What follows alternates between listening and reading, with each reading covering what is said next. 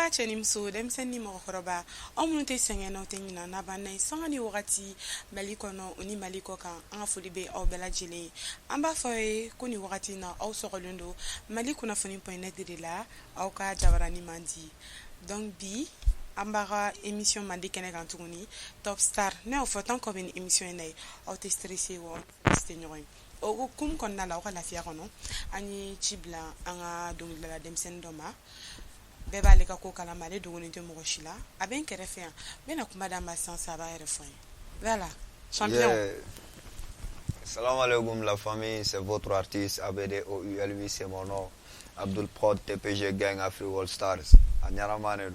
D'accord, quand on est vida. Mais là tanu yere du. Ko be to godi. Bon, on est là hyper bien. Ah, hyper nendo. Ouais, hyper. Am sega temenin ko wi. Vas-y. D'accord, si ça non. Comme yambi do Abdul Prod la Abdul Prod. Ouais. Mais to ko yere 600. On est Abdul Bebo mini, Abdul Sigle mini, ni Abdul Frule Nedo, Abdul ka présenté yere. Chokum nambe famille sur Abdul ka kola. D'accord, on est to yere Abdul Wahab Diallo. D'accord. Et Abdul Frulente Dente Molo, Nsigileno Bamako. D'accord. Dans quartier Bamako Kouraï. Je suis un artiste musicien, chanteur, compositeur, beatmaker. D'accord. Voilà. Famille sur la Okola. Yeah. Donc si ça non amna Abdul Nyeninga. Chugo na yere sur donc la konnala. Bon, n yɛrɛ sɔrɔ dɔnkilida kɔnɔ o sababu bɔra n yɛrɛ somɔgɔw de la ba ne fan bɛɛ quoi u bɛ ne wolola ka musique sɔrɔ so donc fɛnɛ n k'a kan ne yɛrɛ sɔrɔ dɔnkilida kɔnɔ o canal de la. D'accord. Donc Voilà. i nana sɔrɔ aw ka mɔgɔw bɛ dɔnkilida dɔnkilida diyar'i fɛnɛ ye. Ouais. Voilà, projet jumɛn bɛ Abdul bolo an bɛ don min na i ko bi. Yeyi a ɲanama Abdul ka projet ka girin kojugu surtout n b'a fɔ ma an filɛ nin yɔrɔnin min yɛrɛ la san bon ala ni kira barika la n bɛ se ka fɔ maliyɛn bɛɛ b'o kalama o ye n ka album ko de ye an b'o projet de kan même si projet caman bɛ yen dɛ mais ne n to k'olu jate fɔlɔ quoi n k'olu kɛ kɔfɛ ko ye donc n'i ye Abdul ɲininka Abdul i filɛ yɔrɔ min na bi projet jumɛn b'i bolo i bɛ ka projet jumɛn kɛ i bɛ n t'a dɔn n b'a f'i ɲɛna cogo min na quoi ne bɛ min fɔ dɔrɔn o ye n ka album de ye a banna o projet dɔrɔn ne bɛ Abdul bolo. D'accord. Donc o album kura in bɔ don date fixée ra walima ne ko bɛ cogo min na. Ouais, album date fixera bien sûr album bɛ bila le 13 février. Ala ni kira barika la sini dɔrɔn an kɔrɔ samedi. Inchallah. Yeah. Ala ko o yirana. Ami, Mais ami, Abdul ami. album tɔgɔ di en même temps son joli bɛ album kɔnɔna la. Bon, album tɔgɔ ye sensible. Sensible. Son den tan ni saba de b'a kɔnɔ 13 sons. D'accord. Yeah. Mais pourquoi le nom sensible? Parce que n ye sensible in ta fɛn dɔ de kama i b'a ta ka jate minɛ ne bɛ dɔnkili tila fɛn fɛn da i bɛ taa sɔrɔ a bɛɛ jarabi dɔnkili jarabi dɔnkili yɛrɛ aussi c'est sensible fɛn dɔ de don fɛn min bɛ mɔgɔ la siyanse ça te ramène a bɛ taa ɲɛ yɔrɔ dɔ la i yɛrɛ tɛ fɛn min dɔn donc n ye n sigi dɔrɔn ka n ka société de ta ka jate minɛ pourquoi pas ka dɔnkili caman da min bɛ mɔgɔw i bɛ sigi ka miiri min na a bɛ se ka kɛ a bɛ dusu don i kɔnɔ a bɛ se ka kɛ a bɛ kɛ fugari ye. Est-ce que tu vois parce que bɛɛ n'i ye musique lamɛn ka taa sira min fɛ a bɛ taa n'o de fɛ donc album tɔgɔ kɛra sensible au canal de kama voilà c'est tout. Voilà, pourquoi Abdul lui insistait toujours en ɲɛ la jarabi dɔnkili ka di question yi kun bɛ ka nale mais munna tout le temps Abdul bɛ jarabi son dɔrɔn de da. Bon ne bɛ jarabi dɔnkili da parce que n'i y'a ta ka jate minɛ diɲɛ yɛrɛ sigilen don kanu de kan est-ce que tu vois. Et puis ne ka fan yɛrɛ tila bɛɛ fɛnɛ n t'a fɔ n k'a bɛɛ jarabi diɲɛ bɛɛ jarabilen don mais problème ye min ye i t'a sɔrɔ ne ka fan tila bɛɛ ye muso de ye quoi bon dɔnkili genre mun ka di musomaninw ye o jarabi dɔnkilininw de ye donc voilà et puis jarabi dɔnkili dali yɛrɛ de ka di ne yɛrɛ fɛnɛ ye quoi n bɛ n yɛrɛ sɔrɔ o de kɔnɔ je me sens à l'aise ni n bɛ ka jarabi dɔnkili da. D'accord. Voilà. Voilà Abdul komi an filɛlibagaw caman famana i voix ma Ouais. n'i bɛ se k'i voix filɛ n'i ka morceau dɔ ye sisan ka ɲɛnafin bɔ an lɛlibagaw la o sɔn ka diya n ye dɛ. D'accord comme Saint-Valentin yɛrɛ sera est-ce que an t'a kɛ Valentine ye o bɛ bɛn yan. An ka ko ye. Ni fɛtinu sera ma bébé on ça ne va pas ni fɛtinu sera ma bébé t'es ma jolie Valentine ma Valentine Oh, me fega ko bere kiye, ki sagona konu bere kiye, me fega kado chama marese, parce que te ma chupon benitare do bishuina, kuna foni na cha berebe ya, ame bo sorti la chuna bebe, ame bo ame yelen yiri bela bifo nana ye, araba begalama. Voilà, Abdul Sonjara, merci beaucoup. Voilà, Abdul ɲininkali min bɛ an bolo sisan nɔ depuis yɛrɛ donna aw ka gaming kɔnɔna la dɔnkilida in i ye gɛlɛya minnu sɔrɔ i bɛ se k'i da don o la k'a dɔw ɲɛfɔ an ye. Bon, i b'a dɔn an ka gaming kɔnɔ ala ni kira barika la gɛlɛya fɔlɔ-fɔlɔ juguya de est-ce que tu comprends gɛlɛya yɛrɛ fɔlɔ-fɔlɔ ye juguya ye juguya ye mun ye kɛlɛ bɛ k'i yɛrɛ ma jugu ye filanan o bɛ tila ka k'i ma jugu ye quoi. Est-ce que tu comprends togo di i bɛ par exemple ala ni kira barika la ala ye bɔ siranin dɔ d'i ma i bɛ ka se ka koni dɔ k'i yɛrɛ bisigi kɔnɔ i yɛrɛ ɲɛ b'a la fɛnɛ mɔgɔ wɛrɛ fɛnɛ bɛ min bɛ k'i ka genre kɛ mais ala ye se yɔrɔ min na a tigi ma yen sɔrɔ i b'i ka effort bɛɛ fourni pour que a bɛ se ka yen sɔrɔ n'i ye mɔgɔ ɲɛnama ye si tu es quelqu'un de bien tu vois bon i b'o mɔgɔ kelen min fɛnɛ sama ka taa i yɛrɛ fɛnɛ ka yɔrɔ la i bɛ yɔrɔ min na n'o fɛnɛ ma kɛ hakili ma ye o fɛnɛ b'a yɛrɛ la de toi tu descends ale ka yɛlɛ est-ce que tu comprends o ye juguya ye donc o de la n b'a fɔ n'i bɛ k'i yɛrɛ ma jugu ye u bɛ tila ka k'i ma jugu ye.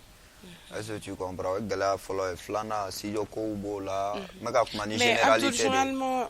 Ne ka jateminɛ la ne kelen tɛ mɔgɔ caman bɛ n'i b'i ka snapo la a bɛ komi i yɛrɛ tɔgɔ la studio b'i bolo. Effectivement. Voilà donc studio gɛlɛya o bɛ sɔrɔ e y'o sɔrɔ tɔgɔ di? N bɛ ka kuma ni généralité de la général quoi. D'accord. Bon ne kɔni bolo ne bɛ se k'a fɔ ne ma gɛlɛya sɔrɔ studio ko la dɔnkilida partie la ne ma gɛlɛya foyi sɔrɔ ala ni kira barika la. N yɛrɛ ka studio bɛ n bolo n yɛrɛ de bɛ n ka son dilan n yɛrɛ de bɛ n ka fɛn bɛɛ kɛ tout donc gɛlɛya ninnu o bɛ diɲɛ fɛn bɛɛ la mais musique yɛrɛ kɔnɔ san'i ka dɔn yɛrɛ hali n'i dɔnna o fɛnɛ n'a gɛlɛya kelen de don est-ce que tu vois prestation yɔrɔw la i bɛ taa kuma dɔw la i yɛrɛ content ba wa ɲɛnama don i n'a fɔ wagati min na ne bɛ piano fɔ n bɛ taa balani fɔ yɔrɔ la mais nka kana ne invité yɛrɛ ne bɛ taa n yɛrɛ ma. Tu vois, en même temps, je piano branché, je suis DJ, na joué, je fais un kɛ ka mɔgɔw la nisɔndiya DJ b'a fɔ i k'i sigi turu bɛ s'i ma sisan a bɛ to ka i tɔgɔninw fɔ ka ouais Sidiki Jabate junior bɛ yan a bɛna fɛn dɔ kɛ sisan balani bɛ ban k'i sigilen to yen. Voilà. Olu bɛɛ ye gɛlɛya ye tu vois n cɛ an ye gɛlɛya a ka ca trop mais a bɛɛ tɛ se ka fɔ quoi. Donc sisan nɔ caman fɛnɛ y'a yira Abdul ko Sidiki Jabate a bɛ komi a n'i ka style ka surun dɔɔni aw ka dɔnkilida dacogo sisan nɔ et puis an y'a ye tile fila nin na Sidiki b'a ka problème na wagati min na Abdul seginna Sidiki ka son caman kan ka da i t'a dacogo la mais mun na Abdul y'o kɛ. Bon Sidiki ka problème wagati ala ni kira barika la ne bɛ se k'a fɔ Mali kɔnɔ Mali yɛrɛ tɛ dɛ diɲɛ bɛɛ artiste bɛ diɲɛ fan o fan Sidiki ka di diɲɛ jɔn o jɔn ye mɔgɔ fɔlɔ-fɔlɔ min wulila ka soutenance kɛ o ye ne ye n y'a daminɛ n ka page officielle de kan n ye direct kɛ a don su n ko Sidiki ka faniw k'a bila u kun na n ko ne bɛ yan yɔrɔ min na bi n ko Sidiki ma ne se yan dɛ mais a ka faniw k'a bila u kun na tant que ne fɛnɛ bɛ yan u ɲɛ tɛ Sidiki la mais u tɛ fama Sidiki ma ala ni kira barika la donc ne y'o direct kɛ n yɛrɛ ɲɛ b'a la n ka direct kan commentaire la n ba bɛ ka nɛni fɛn bɛɛ quoi tout est-ce que tu vois mais olu ye wagatiw n'a tɔgɔya ye donc n ko pourquoi pas n bɛna son fɔlɔ min kɛ n ko n k'a kɛ Sidiki yɛrɛ ka dɔnkili ye vu que n y'a fɔ de n'i kɛra cɛ ye i ye min fɔ i b'o de kɛ sinon ne depuis sanni Sidiki ka problème sɔrɔ ne ma deli ka Sidiki ka dɔnkili da o. Exactement. Voilà donc fɛnɛ y'a ka dɔnkili ta k'a da k'a yira maliyɛnw na Sidiki ka di ne ye somɔgɔya ka bɔ yen fɛn bɛɛ ka bɔ yen Sidiki mɔgɔ dɔw fɛn min ye fierté mɔgɔ dɔw ale de kama il y a beaucoup de personnes minnu donna dɔnkilida la vous voyez donc n ko pourquoi pas ne tɛ se ka n ka soutenance kɛ n ye dɔnkili da ka clipu kɛ n y'a bila o yɛrɛ bɛɛ la bɛɛ y'i ta fɔ quoi donc o de ouais a bɛ fɛ ka Sidiki place de ta dɛ hali cɛ ma sa fɔlɔ i bɛ k'i fɛ n k'a ɲɛnama don ni ne bɛ fɛ k'a place ta ni ne tɛ fɛ k'a ta maliyɛnw b'o dɔn quoi mais olu maliyɛn kelenw de bɛ ka tila k'a fɔ n ko donc mieux vaut que ne ka n da de ne ka continuer k'an ka baara kɛ c'est tout. D'accord. Voilà Abdul komi ninnu bɛɛ kɛra mais mun na i yɛrɛ m'a décider ka kɛ Sidiki Jabate. Bon yɔrɔ ne ma deli ka penser o la yɛrɛ. A mun na? Parce que ne bolo ne bɛ se ka kɛ Lil Sidiki ye ne bɛ se ka kɛ Lil Sidiki ye mais ne yɛrɛ bolo hali Sidiki tɛ se ne ye dɔnkilidala la quoi donc o de la ne tɛ se ka kɛ Lil Sidiki ye. D'accord. I m'a faamu wa? Ok, d'accord. Faamuyali sɔrɔla o ko fana na. Voilà. Voilà, an ye kuma dɔ mɛn, kuma dɔw tun bɛ ka circuler tile fila sur les réseaux sociaux. Oui. Ani depuis Suisse. Malakei Udemil. E yɛrɛ y'i yɛrɛ sɔrɔ o kuma kɔnɔna la. Ko ani depuis Suisse ye e de soutenir fɔlɔ. Ko kɔfɛ a ye Ude wulitɔla ni k'a ye trahi ko ka tugu Ude kɔ. Sisan nɔ komi i yɛrɛ bɛ yan déjà Abdul, an bɛ fɛ ka kuma cogo min na parce que caman bɛ erreur la, an filɛlibaga caman bɛ erreur la. I ka kuma ɲɛfɔ a ɲɛfɔ cogo la quoi. Ka kuma tiɲɛ bɛ fɔ yan sisan micro bi. Nin ko ye basic ka Bamakɔ jɔn ka boisson dɔrɔn ni min o bɛ fɔ ala kojugu. An ko mi o tɛ baasi. Aïssata. Ko in kɔnɔ ka dun kojugu. Au fait, i b'a dɔn depuis ko in kɛra ne ma deli ka kuma ma publication k'a kan ni rien. Genre n t'a dɔn n ka manu ko TPG ko n kana kuma n'olu ye ne bila yɔrɔ min na ne bɛ yen de. N ka manager fana b'a kalama, Buba b'a kalama mais a ma réagi, a ma kuma, a ma foyi fɔ parce que a tɛ fɛ n ka kuma. Donc n'a ma ɲɛ Ala ni kira barika la. E ɲininka Top Star plateau sanfɛ a Mali kunna déjà k'a fɔra de ko Mali kunnafoni donc a bɛ ɲɔgɔn kunnafoniya. Maliyɛnw n bɛna kuma j'espère que n ka fan bɛ caman bɛ u t'a faamu mais je vous prie de m'excuser c'est normal parce que fɛn dɔw bɛ yen nɔ mɔgɔ kan'i sigi k'i tɔgɔ tiɲɛtɔ lajɛ manamanako la quoi. Fɛn in daminɛla n hakili b'a ta année la mais a bɛ fɛn fɛn san 4 a ka ɲi k'o bɔ. D'accord. A kɛra wagati min na ani ma deli ka ɲɔgɔn ye dɛ o kɛra k'a sɔrɔ depuis Udemili ka dɔgɔ. Don dɔ la studio la Lil Ben terikɛ dɔ bɛ yen ko Latin. C'est un bro à moi, big up à toi frère, am ɲɔgɔn bolo. O de nana studio la a ko ale terimuso dɔ bɛ yen ko Ani. I m'a faamu a kana Ani ka di trop et puis encore Ani bɛ Sidiki ka dɔnkili ka d'a ye donc a ko ne ka Sidiki ka ko Ani ne y'a fɔ Latin ye dɛ ko ne Abdul ka Sidiki ka dɔnkili dɔ de yɛlɛma k'a da ale Ani na k'o de ka d'a ye. Sidiki ka dɔnkili je me rappelle pas trop. Ostar fait kanu metane, avec c'est comme voilà. Donc non on d'accord, no problème ta la. O kɛra k'a sɔrɔ ne Lil Ben an bɛɛ bɛ ka ɲɔgɔn ka Lil Ben fɛ. Tu vois un peu. Donc ne biti dilan. Ne seginna biti kan ka recomposer Lil Ben fɛ ka voix ta yen. N ko Lil Ben ka mixer an ka son ci ani ma. Lil Ben a mixer son cira ani ma. I m'a faamu. Donc Ala ni kira barika la ani ne wele. An ye ɲɔgɔn sɔrɔ messenger de kan. A ko ne ma k'a ye son diyara a ye. Donc a bɛ fɛ ka plaisir ni dɔ kɛ n ye ko n'i ye mɔgɔ bila ka fɛn dɔ kɛ i b'a récompenser. Ne ko c'est tout à fait normal. I m'a faamu. Ala ni kira barika la a ye wari ci ne ma.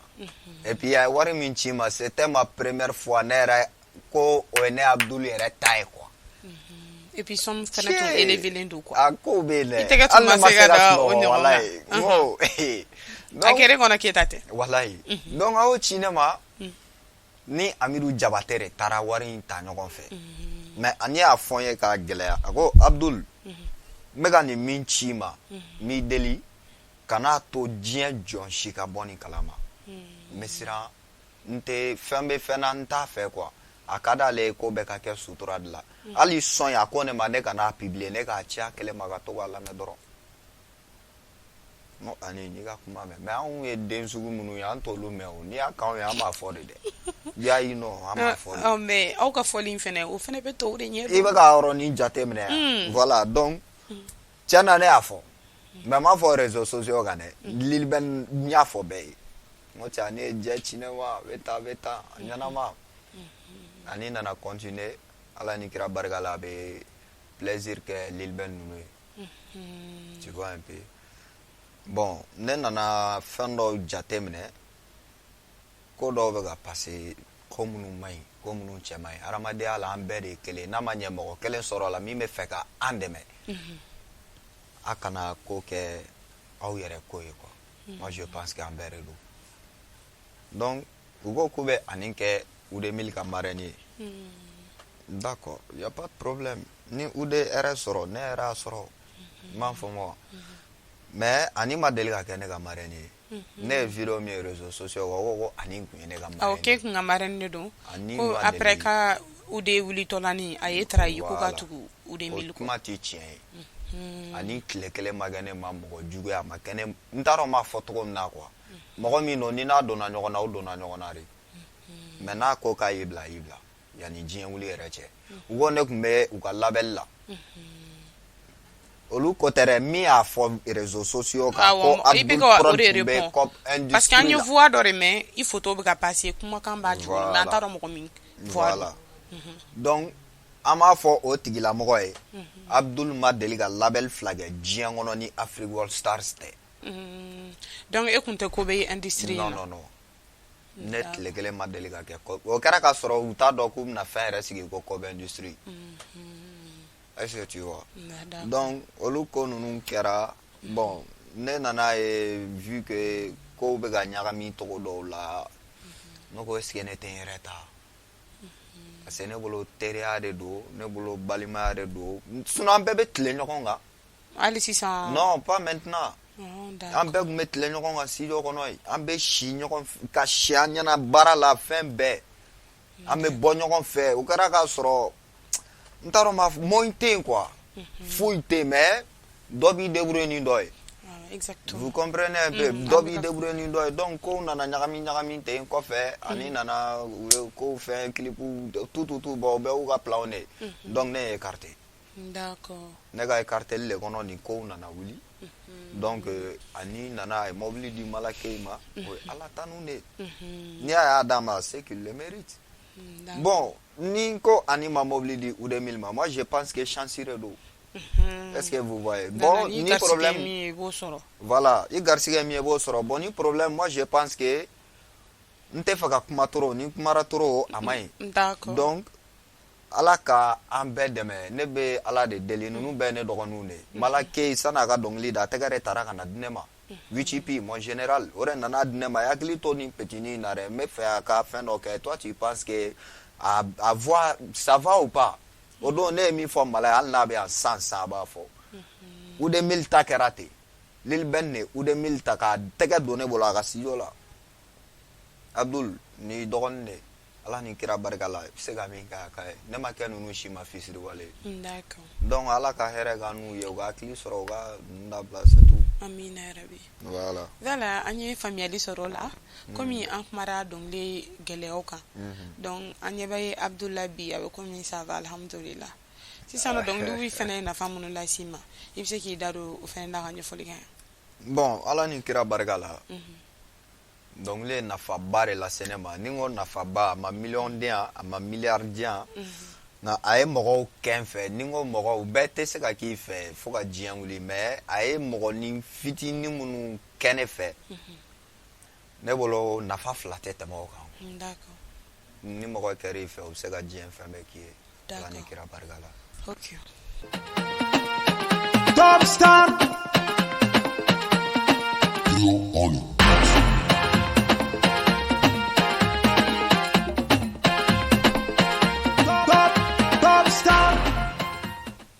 Voilà, Abdul, on va continuer toujours dans la question. Alors, il va le nom de l'émission c'est Top Star. Émission in Karitoro, donc restez connectés. Ani anga jogelen do ben ngombo Abdul Prod. Donc amina te mena question yi toujours. Voilà, Abdul. Awa gaming yere konona la. Genre aw dongli dala nonu. John Kante idoronu mare korokumda. John yɛrɛ ka dɔnkili bɛ Abdul inspiré John yɛrɛ ka dɔnkili ka di Abdul ni tɔw bɛɛ ta ye m'a fɔ tɔw ta man di yɛrɛ mais min ta b'i dun kojugu quoi. Bon ne bɛ se k'a fɔ ne kɔni b'u bɛɛ lamɛn mais min ta bɛ n don yɛrɛ i ka mɛn Mali la ma wa walima Afrique bɛɛ. Ayi yan ici au Mali. Est-ce que o bɛ Mali la. Ma d'a la dɛ. Madala no be malla mais ngoni me bela mais très généralement nga teli nga darke ni sirigi de lame ma fo mo nga teli ngol le lame re mais mi ede ko m'en fous moi. Attends. D'accord, famille sur la au fenena Abdul. Ouais. Voilà, Abdul ga plat préféré jume. Sean macaron. Abdul o flan ramine. Wallahi. Ci ngo folong me chega faraga me ona na kono jalle jeune nobla na nye chega écarté ga to Sean macaron herbe te joere. Aywa an filali ba Abdul wo ko kadale de physique chimie.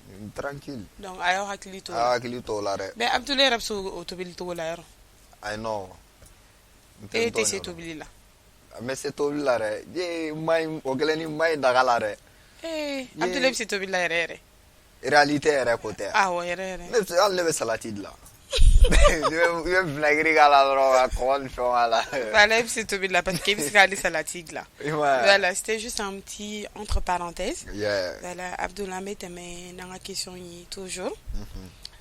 Voilà, Abdul fin du man kade ni janat ke fembe. Femme gadne janat ke fembe c'est le respect. Le respect. Yeah. D'accord. Nene bonya ori kadne trop. OK, d'accord. Nkoro yara niyo, ndo yara niyo. Bonya quoi. Voilà. Parce que vu que na raba don yani dien wuli tia ne ga doga matesi ma ikera ne dogon al ne dogonu ni ne bi ci wallahi bila ne ba fora keto wala ma nyama ga ni kay. Donc ne bolo respect fane kono fin bébé ni. Donc mi kad no respect. D'accord. Famille ali sur la au fenena. Donc Abdul comme yera ni mano ka gem kono na insano adala mambado. Akwa ro fin chole ndo de. Yeah. Si ça ne ni bora yere da mo ni nyon chefu mais gouvernement yere de beneni. Imai donc o doron fenete Abdul am nyabala o yere be nyon fene clasher. Ako ka cha jeli kunda rapper kunda si trop quoi. Sans conseil du même Abdul bolo kala si touma. Conseil mena wolo ga fo artiste ou yana malais artiste ou yana que tu sois un artiste chanteur ou bien rappeur. On peut chanter kasoro neninte kasoro drogu fasada te kasoro m'enfant. D'accord. Olu fenete quoi imaya. Donc nebe mi fodra nga donc li nyana ma dawre bse ga to nga mali yere be évoluer. Sona nya be so région nu na wala. Donc na me fait ku dépasser walma nu ga ge ake akele nga donc li sebe la mada. Malion me se donc li dala kojugu. Mais problème est ama donc a formi ma valoriser en tout tare fo mi ma dévaso ndaro ma to babu kan photo comme na kwa ndesani mi ma dévaloriser you know D'accord. Voilà. OK Abdul famille ali sur lola. Voilà, allez livre maintenant place à notre rubrique instant chaud. Abdul instant chaud in kuma man rone. Okay. Amina chaud ya no distance. O show so Et chaud du même be. Donc chaud lemba.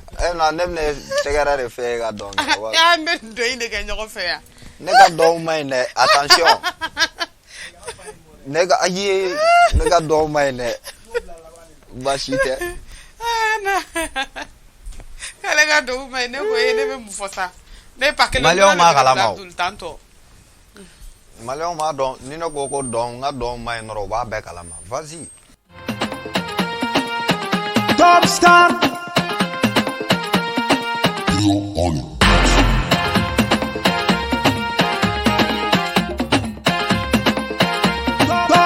Top Star.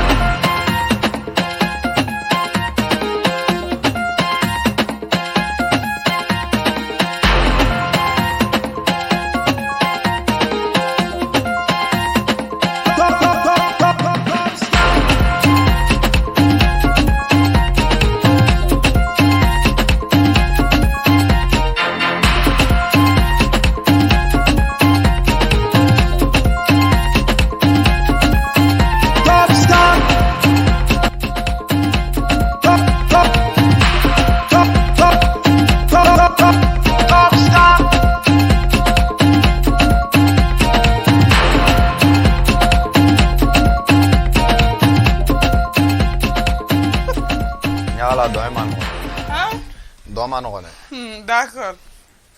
Tu Abdoulaye Aman sige. Ay, angana là-bas. Anga là-bas. OK. Ah, Abdoulaye poussé kana ça. Oh, bien. Ouais. Abdoulaye ka pan nga giri na Umay ne. Che.